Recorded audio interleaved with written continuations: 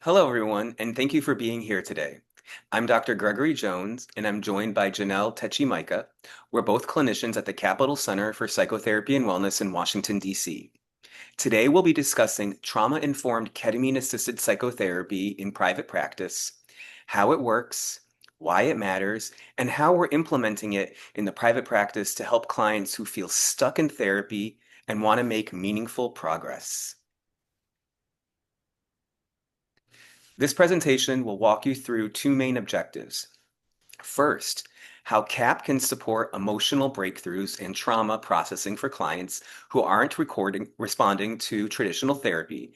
Second, how ketamine's impact on the brain enhances neuroplasticity, helping us rewire patterns rooted in trauma.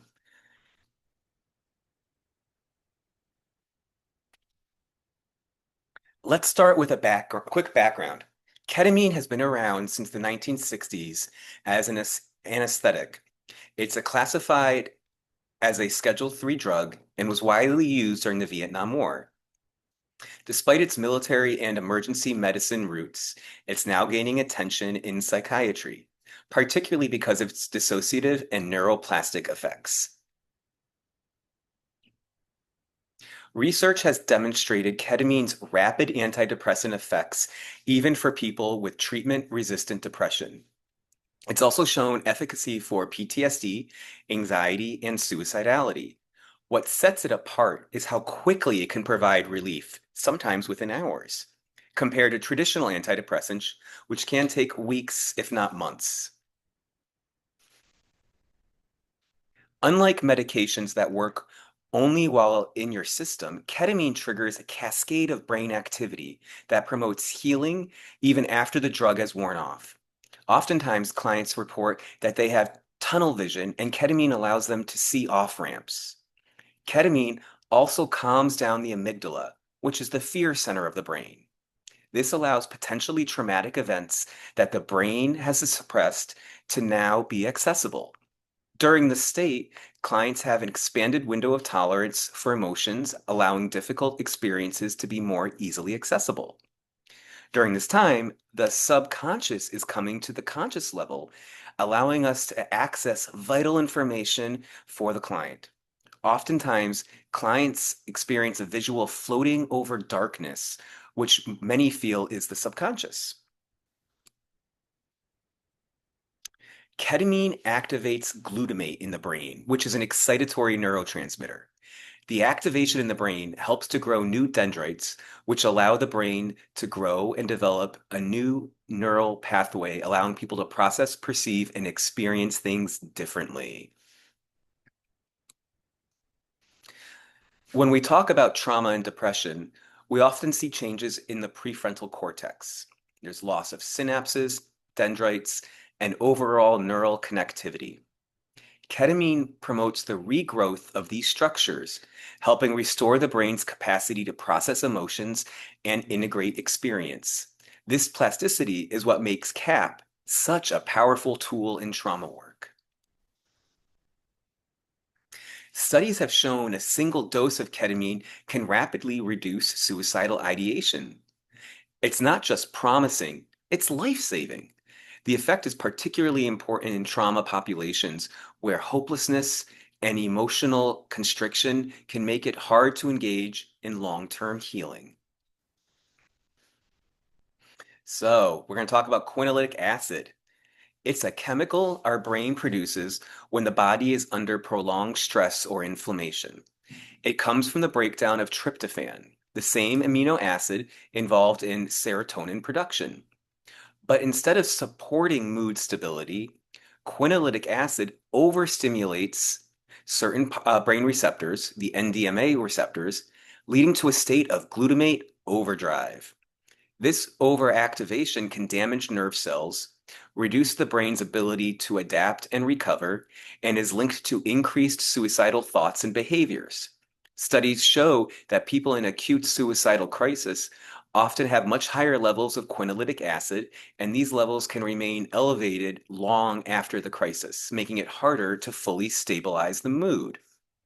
Ketamine-assisted psychotherapy offers a unique way to interrupt this harmful brain chemistry. Ketamine works by temporarily blocking the NDMA receptors and that quinolytic acid overstimulates, which helps calm the toxic overdrive and gives the brain space to recover. This rest supports the growth of new neural connections and increases flexibility in how people think and feel in a trauma-informed CAP setting. This rapid biological shift is paired with a safe therapeutic process, allowing patients to not only experience fast relief from suicidal thoughts, but also to process traumatic memories and build long-term resilience. Psychiatric treatment of mental health concerns is suppressive, in that it's made to suppress the experience of psychological symptoms, whereas ketamine is an expressive medication allowing people to access the emotions more readily.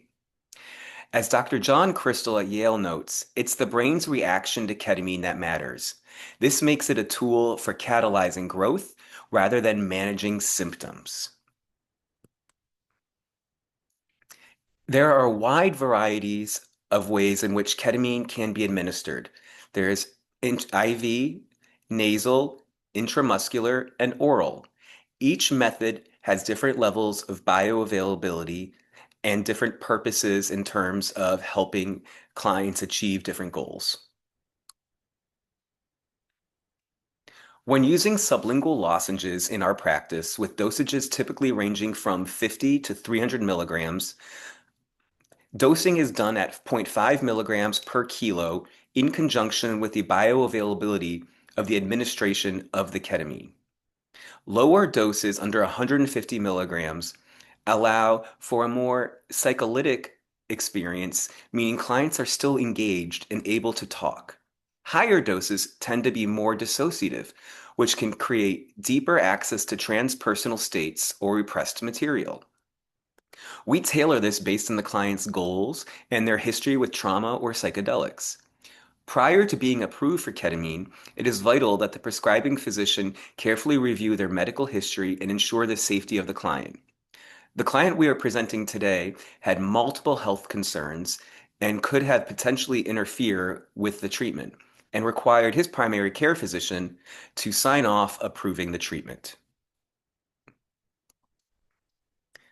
Before any journey, we have detailed orientation sessions to set expectations and boundaries. We discuss things like the possibility of challenging experiences, not as something to fear, but to normalize. We establish safety agreements like no self-harm or leaving the space without support. We also inform the client that we will be checking their blood pressure before the session to ensure it's under the threshold of 140 over 100. We encourage the client to arrive early if they're concerned about their blood pressure and to engage in meditation to ground themselves before the session. If blood pressure is a concern, the prescribing clinician will be prescribing clonidine to manage the blood pressure. The physician will also provide a prescription of Zofran if nausea is a concern.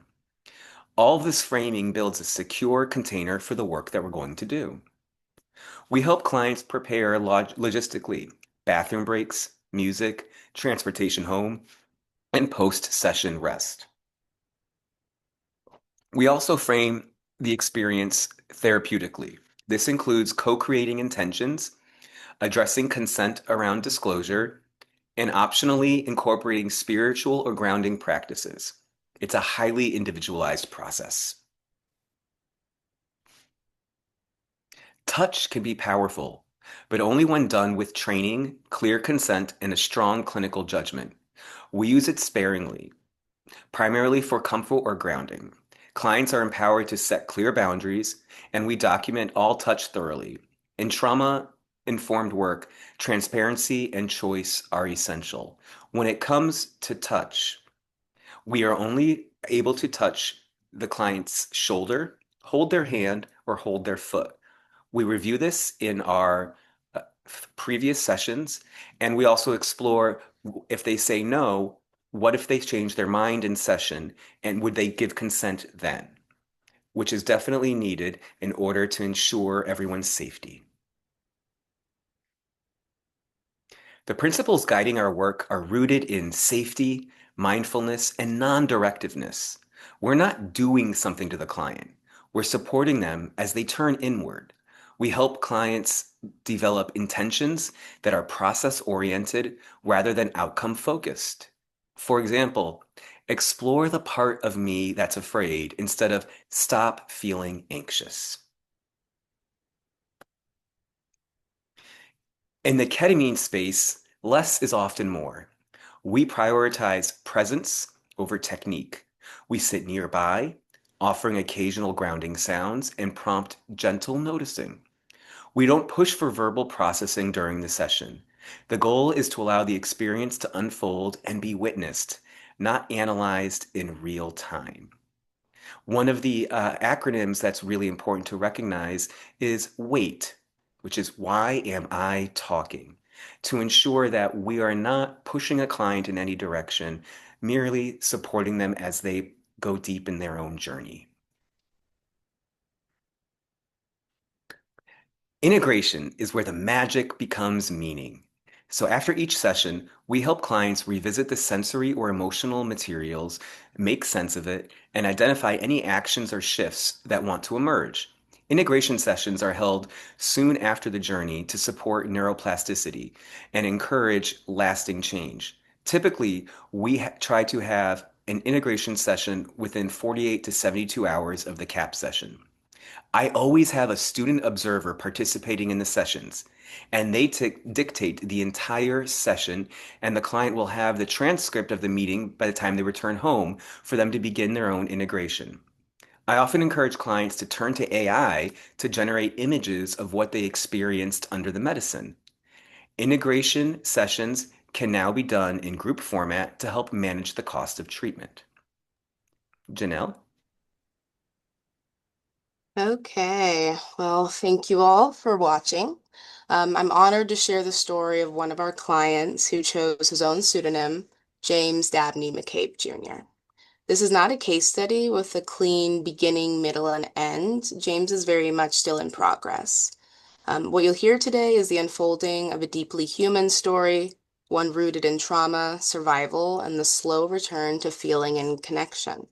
Through the lens of ketamine-assisted psychotherapy, we'll explore what it means to truly sit with pain, to meet someone where they are, and to trust the process, especially when other methods have not been so successful. So who's James? James is a 61-year-old gay male who's lived with HIV since 1984. 1984 was the year the diagnosis came to be, so he's one of the first people diagnosed with HIV. He's experienced profound medical and relational trauma, including the loss of his long-term partner 5 years ago, for whom he was a full-time caregiver. Since then, he's remained very isolated, describing himself as emotionally flat and deeply disconnected. Both of his parents have since passed and spent the later parts of their lives in their own same-sex relationships, and he's now emotionally estranged from his only sibling. James presents as highly verbal and intellectually sharp, but emotionally distant.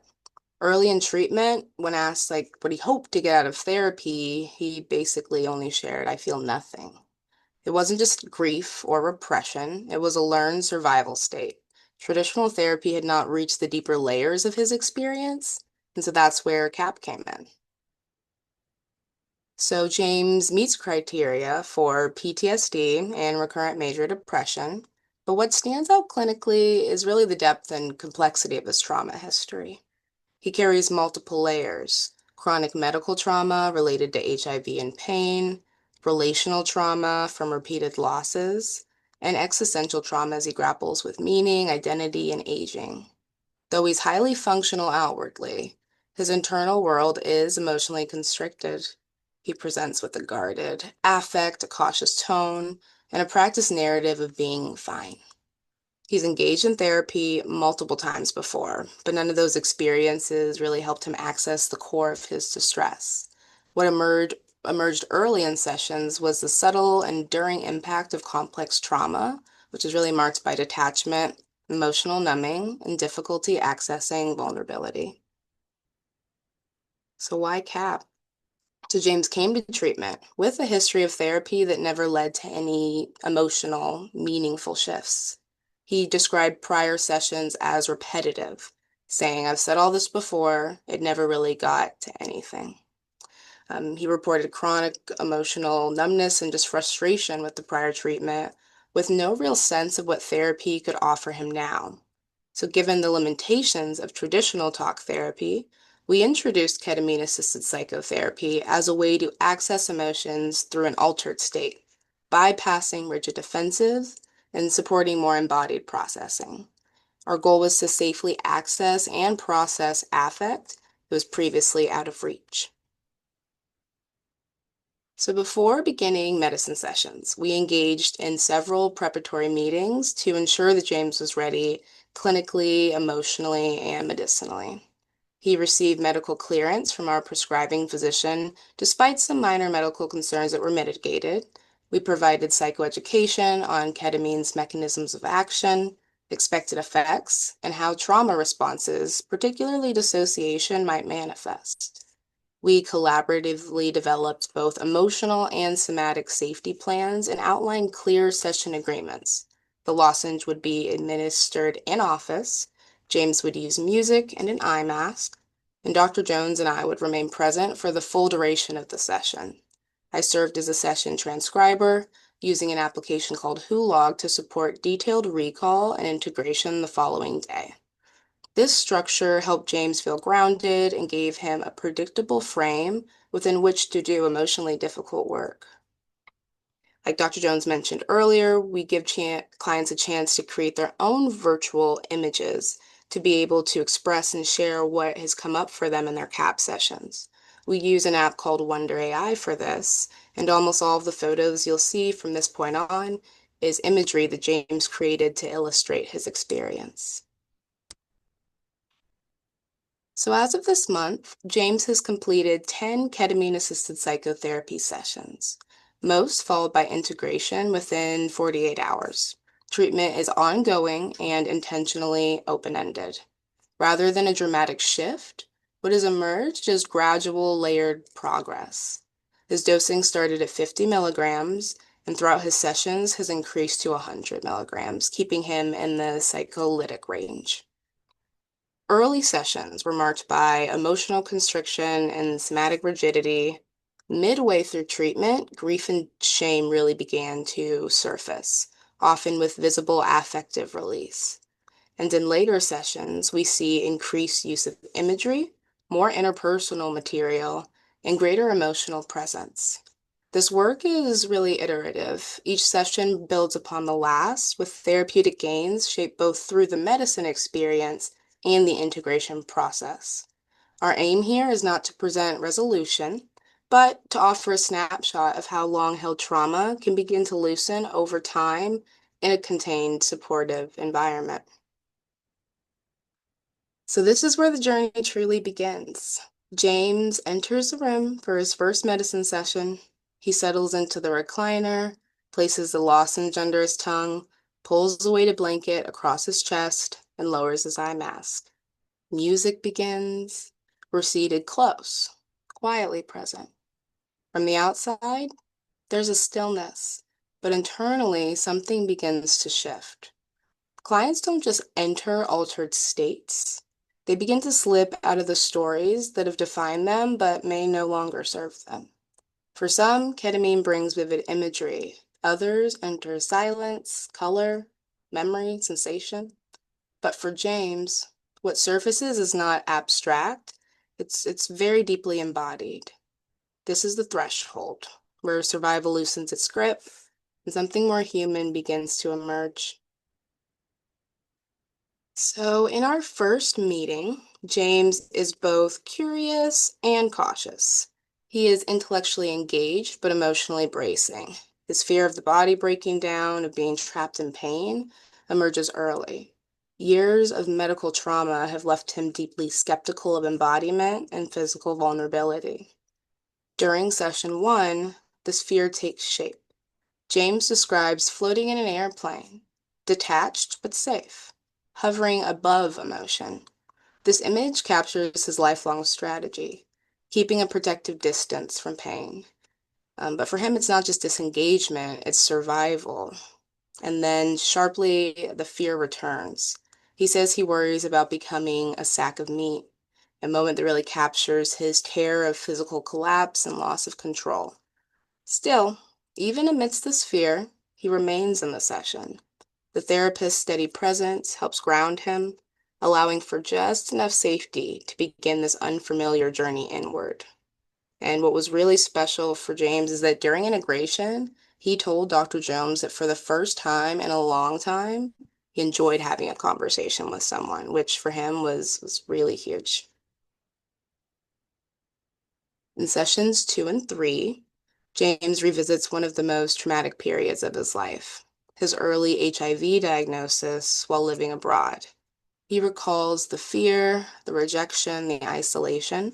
Even hospitalized at one point, he shares that nurses wouldn't enter the room and a colleague threatened violence if exposed to his HIV.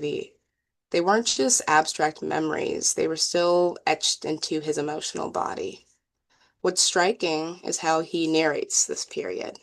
He describes flying over it, observing his younger self with distance, but also with compassion. The airplane imagery from session 1 continues here, now not just as an escape, but as a perspective-giving vantage point. Loss surfaces again, his partner, others that were taken too soon, and between sessions, something begins to shift. He returns to church after a long absence, he talks to people again, he even joins a gay men's therapy group.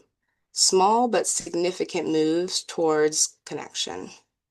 And then his next session, something even more remarkable happens. During it, he first sees his partner lying on his deathbed. He looks into his partner's eyes and sees the light at the end of the tunnel. When he does that, he gets sucked into the tunnel, in the light. And when he's in this tunnel, he sees his mother. She's been omnipresent, but yet newly active. He talks with her. He asks her for help, how to get through this, how to get through what he's going through in life.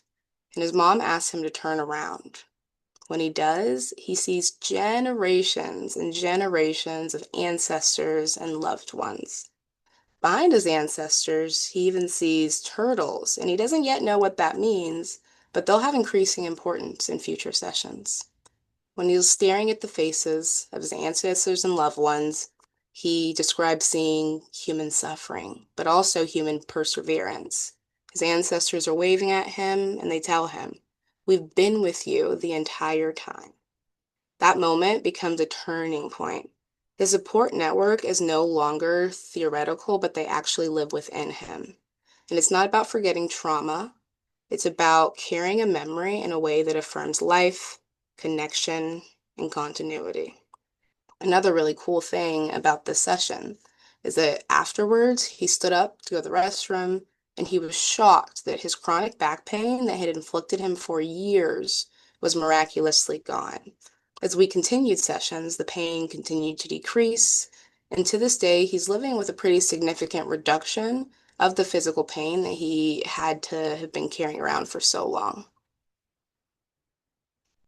So now looking at sessions 4 and 5, in these, James reflects on pivotal experiences that have shaped his identity and his resilience. One memory stands out. He's skiing down a glacier in Switzerland as a young man. He describes the moment as dangerous and exhilarating, a visceral metaphor for what it means to live fully while carrying out the weight of morality. He also reflects on the unfolding legacy of loss. He reflects on his family, his mother, a model of endurance and self-reliance, and her partner, a brilliant economist who embodied ambition and control, but offered little emotional warmth. These relationships helped shape how James learned to survive, with composure, distance, and relentless self-management. Near the end of session 5, James encounters an image that becomes central to his unfolding story.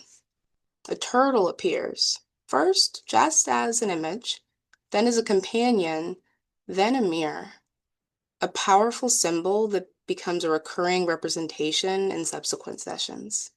He reflects on the turtle's longevity, its strength, and instinct to retreat, not in fear, but in wisdom. eventually landing on the phrase, "The turtle abides. I'm the turtle, I will abide." For James, the turtle wasn't just about hiding, it's about knowing when to stay still, when to move forward, and how to carry his story without being crushed by it. The shell becomes his arbor, not just protection, but a home that he can live from. On session 6, James recalls a memory from decades ago. He's standing in a pasture in Costa Rica, surrounded by longhorn cattle that, in his words, look like they were smiling. It's a simple image, but one that takes on some real emotional weight in this session. The cows, the stars overhead, the stillness of the jungle, these all represent a feeling James hadn't accessed in years: calm, safety, and being at ease. The image returns again and again throughout the session, not as an escape, but as a glimpse of something he wants: rest, peace, and a break from always having to be on guard. At the same time, the feeling is bittersweet. He's aware of everything in his life that has made that kind of stillness hard for him to access.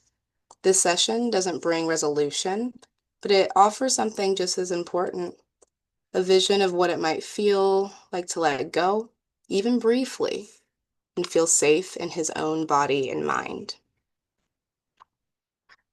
So in sessions 7 and 8, James begins to engage with grief a bit more directly. He reflects on a letter from a mentor and close friend that we'll call John, a vibrant figure from James's life in 1980s New York. That letter becomes a portal back to a time of creativity and loss. John, a musician and a writer, introduces James to classical music, Carnegie Hall, and the artistic subcultures of that era.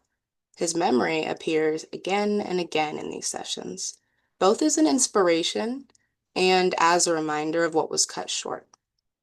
He remembers writing a powerful jazz review right after John had died, but shelving it, afraid to take up space. "I knew I had a gift," James says, "but I couldn't. I was scared of dying." That was the year he was diagnosed with HIV. In these sessions, James returns again to the turtle metaphor, carrying everything he values, but unsure of where to lay it down. He describes later feeling like a beached whale, full of strength and full of potential, but stranded in the wrong environment. These sessions don't offer easy answers, but James doesn't avoid the discomfort. He stays with it, an act of quiet courage. So in session 9, James's ketamine dosage was increased to 100 milligrams for the first time. And in this session, he described a pretty dramatic shift in sensory experience. Unlike prior sessions that centered on emotion or memory, this one began with a vivid psychedelic-like scene. He found himself in a perfectly ordered, animated world. Everything was two-dimensional and saturated with color.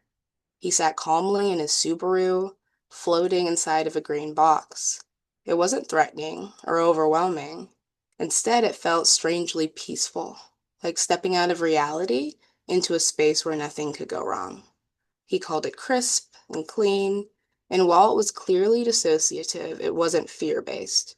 Rather, it seemed like his mind had created a visual metaphor for control and calm, a temporary retreat from the unpredictable reality of aging with illness and pain. Later, James connected this session to a larger existential reflection, realizing that he is one of the longest living survivors of HIV. That awareness brought him both pride and loneliness, really underscoring how deeply intertwined his identity is with his medical survival. And this session wasn't about breakthrough or catharsis, but relief, clarity, and resting from the weight of the real world. So James's final medicine session to date begins with a memory. It's 1987. He's driving a Mercedes through the streets of Paris at midnight. Windows are down, horns blaring, people are spilling from cafes, completely unbothered by traffic.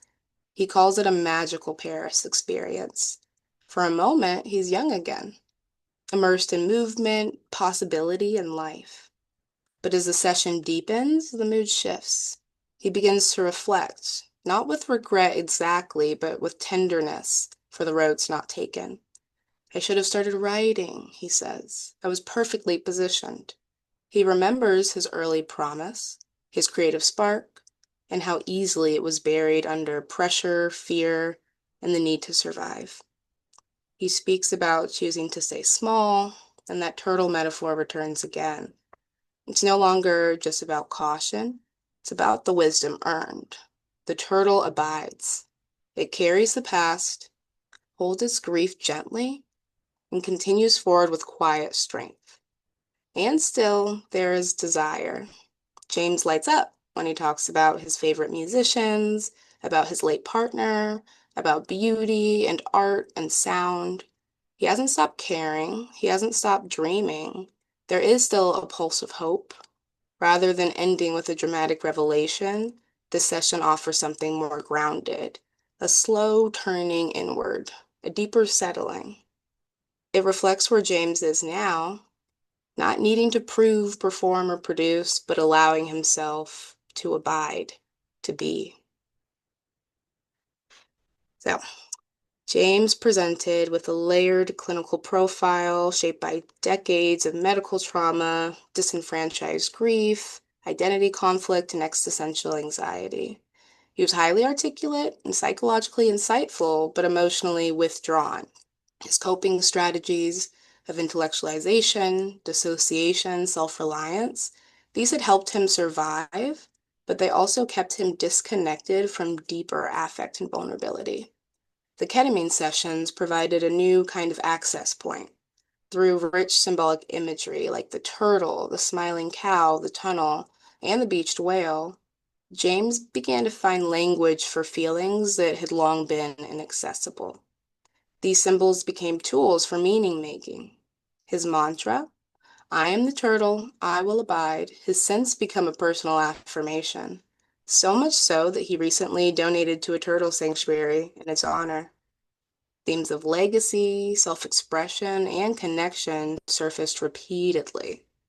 While James does continue to grapple with his health and the ongoing challenges of aging, the treatment has supported subtle but meaningful shifts, more contact with emotion, more openness to connection, and a clear internal narrative of survival and meaning.